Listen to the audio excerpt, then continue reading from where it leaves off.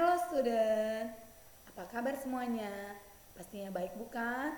Bertemu lagi dengan Miss Natalia dalam pelajaran Bahasa Indonesia. Pada kesempatan ini, kita akan membahas tentang menentukan paragraf deduktif, paragraf induktif, dan paragraf deduktif-induktif dalam sebuah cerita. All student, tentu saja pada materi yang lalu sudah mempelajari tentang menemukan gagasan pokok pada setiap paragraf dalam sebuah cerita. Jadi, all student semua sudah tahu letak di gagasan pokok dari setiap paragrafnya. Dan di sini kita menentukan apa sih jenis-jenisnya. Oke, langsung saja. Berdasarkan letak gagasan pokok dalam suatu cerita, maka paragraf dibedakan menjadi 3 macam. Di antaranya, yang pertama adalah paragraf deduktif, di mana paragraf deduktif ini merupakan paragraf yang gagasan pokoknya berada di awal paragraf. Ya, jadi gagasan pokoknya berada di awal paragraf. Dan yang kedua, dinamakan paragraf induktif. Dikatakan paragraf induktif karena paragraf induktif merupakan paragraf yang gagasan pokoknya berada di akhir paragraf. Dan yang ketiga, dinamakan paragraf deduktif induktif karena merupakan paragraf yang gagasan pokoknya berada di awal dan akhir paragraf.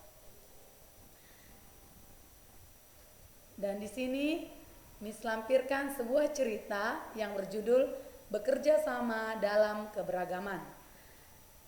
Kita baca sama-sama yuk. Edo dan kelima temannya mendapat tugas untuk melakukan percobaan tentang bunyi. Sepulang sekolah, mereka berkumpul di rumahnya.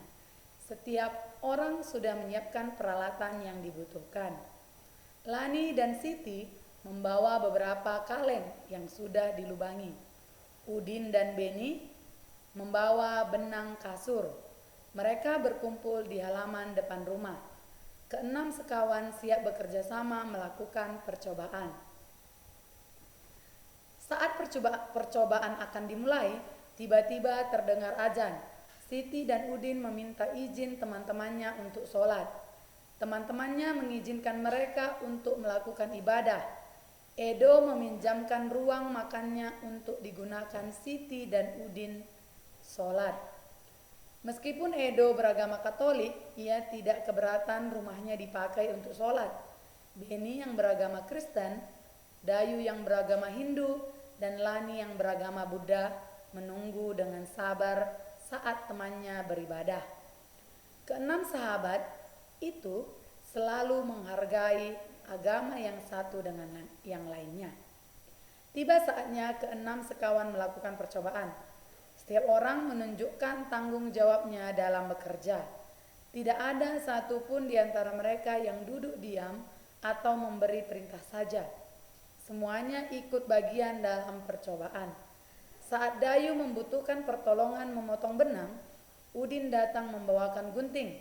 Saat Edo kesulitan menaikkan benang di kaleng, Siti ikut membantu. Keenam sahabat bekerja sama dengan semangat. Mereka hidup rukun dan saling membantu meskipun berbeda agama. Dan inilah sebuah teks cerita yang disajikan buat student semuanya. Dan dari sebuah cerita ini, student semua dapat menjawab soal yang disajikan ini ya. Ya, inilah soalnya.